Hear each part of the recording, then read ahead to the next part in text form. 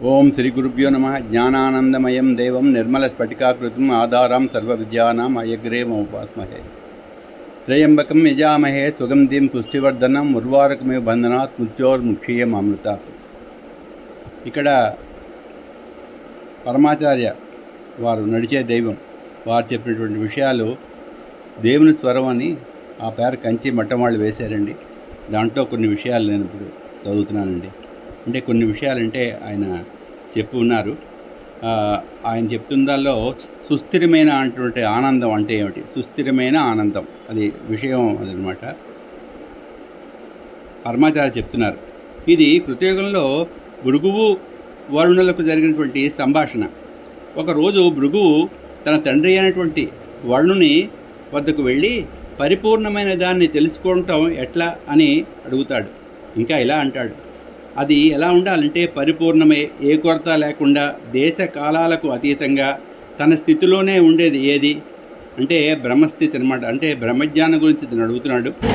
అప్పుడు ఆ వరుణుడు ఇలా చెప్తాడు తన కొడుక్కి భృగువుతో, నువ్వు వెళ్ళి తపస్సు చేయి, అలా చేస్తే సర్వం నీకే తెలుస్తుంది అని అంటాడు.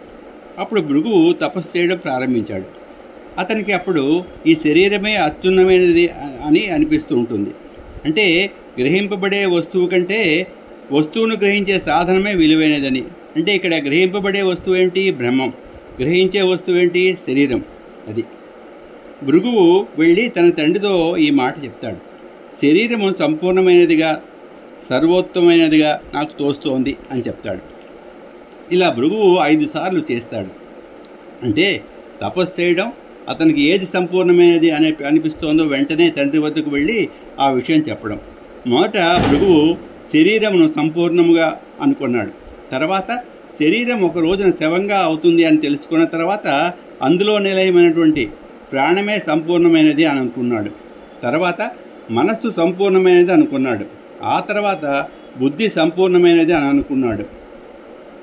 ఇక 5వసారి భృగువు తన తండ్రి వద్దకు వెళ్ళి ఆనందం పరిపూర్ణమైనది అని భావన కలిగిందని చెప్తాడు.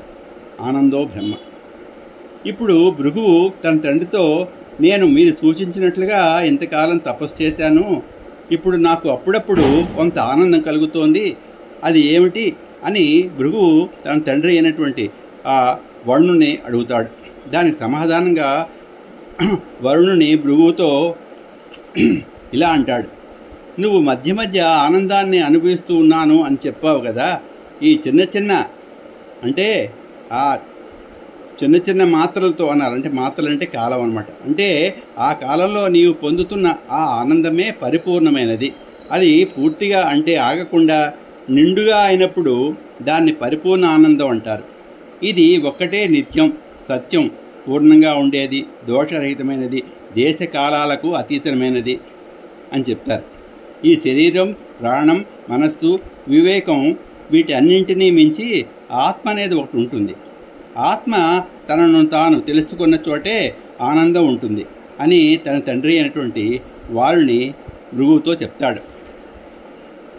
మనం తరచూ అనుభవించే ఆనందం అపారమైన ఆనందంలో మహాసముద్రంలో చిన్న నీటి బిందువు మాత్రమే అన్నారు. ఇక్కడ ఒక ఉదాహరణ చెప్తున్నారు పరమాచార్య. దట్టంగా ఆకులు ఉన్న చెట్టు కింద కూర్చుని ఉంటే సూర్యకిరణాలు దూరి మనను చేరలేవు. అక్కడ నీడ ఉంటుంది.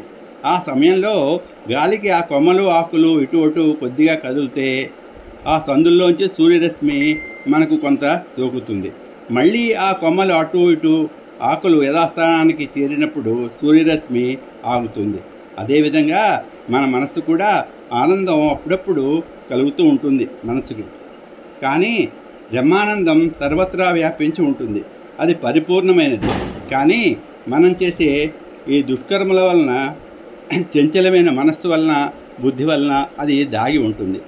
ఆ దుష్కర్మ మన సత్కర్మ వల్ల స్వల్పకాలం పాటు పక్కకు తొలగితే అప్పుడు సర్వవ్యాపకమైన అనంత ఆనందంలోకి ఒక చిన్న అంశాన్ని మనం అనుభవిస్తాం.